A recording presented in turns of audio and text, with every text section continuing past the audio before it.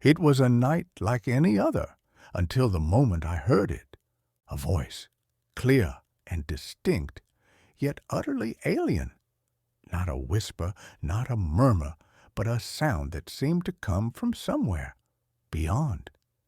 It was as though it had slipped through the veil that separates the living from the dead, or perhaps had been waiting all this time to be heard. I froze, straining to catch its faint echoes. It wasn't human, not quite, but it was there, unmistakable. The year was 1920. The Great War had ended, the influenza had swept through and claimed millions, and the world was gripped by a feverish longing for something more.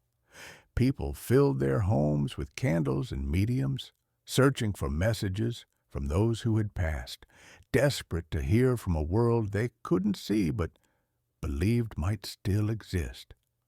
The living, it seemed, were more than ready to believe in the presence of the dead, and into this charged atmosphere stepped a man who had already changed the world. Thomas Alva Edison. More than 40 years earlier, Edison had startled humanity with a device that could capture the fleeting vibrations of sound. In his workshop, he had created a machine that could record a voice and replay it, a feat so extraordinary that many believed he had harnessed magic itself. Edison had done what no one thought possible. He trapped the ethereal, captured the air, and gave it life. For the first time, sound was no longer a momentary vanishing thing. It could be stored, replayed, and heard again. In 1877, he had unveiled the phonograph, and with it, he captured the first voice ever heard in playback. "Mary had a little lamb," it repeated, echoing across the world like a ghost speaking from the past. But by 1920, the phonograph had evolved. No longer just a strange invention in a dusty laboratory, it had become a fixture in every home, playing music, speeches, and even the voices of long-gone presidents. Yet, even as this remarkable technology flourished, there remained a question that tugged at the hearts and minds of many. Could this machine, the very one that captured the living, also captured the dead? It was in this feverish world that Edison made an intriguing statement. When asked about life after death, he did not dismiss the question as nonsense. Instead, he smiled thinly, his eyes gleaming with curiosity, and said, "If our personality survives, it is strictly scientific to assume it retains memory and other attributes. If we could capture even one of those vibrations, we might, yes, record the voice of a soul." The next day, the newspapers were ablaze with the headline, "Edison Plans Machine to Talk with the Dead." America was spellbound. The man who had already bent light and sound to his will was now suggesting he might just bridge the gap between life and death itself. Months passed, but no machine was unveiled, no ghost phone emerged. Edison later claimed it had been nothing more than a casual musing or perhaps a joke. Yet whispers continued to circulate among those who worked with him late into the nights at his West Orange laboratory.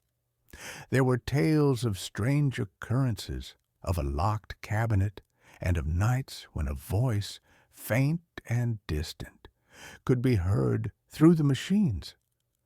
Was Edison merely toying with an idea, or had he succeeded where no one else dared to go? Some say he did indeed build a prototype, a machine that worked, but one that was too unsettling for the world to face, too disturbing to be revealed. And then there are the rumors that thrill the imagination. Some of Edison's early experimental recordings were never catalogued. They were mislabeled, lost among ordinary records. Could they be buried, hidden away in private collections, unheard, undiscovered until now? A music hall encore, a forgotten speech, or something else entirely, a faint voice that belonged not to the living, but to something else, something waiting, silent, yet still yearning to be heard. Edison, for his part, left behind a final enigmatic thought. I believe only in what can be measured. But if the spirit world exists, it too must leave a trace, and traces are my business. Was it a jest? A scientific dead end? Or was it the first stirrings of a discovery so profound, so unsettling, that it could never be revealed? Perhaps, even now, in some forgotten attic, an old brown wax cylinder waits. A trace, a whisper, a voice from beyond. Until next time, remember, every object holds a story. Some stories refuse to stay silent. This has been Antiques Mysteries from Urban Art and Antiques.com. Until next time, keep your eyes on the past, your ears to the present, and listen carefully, because you never know what might still be speaking. If you like this podcast, let us know with a rating here or by leaving a comment on the website.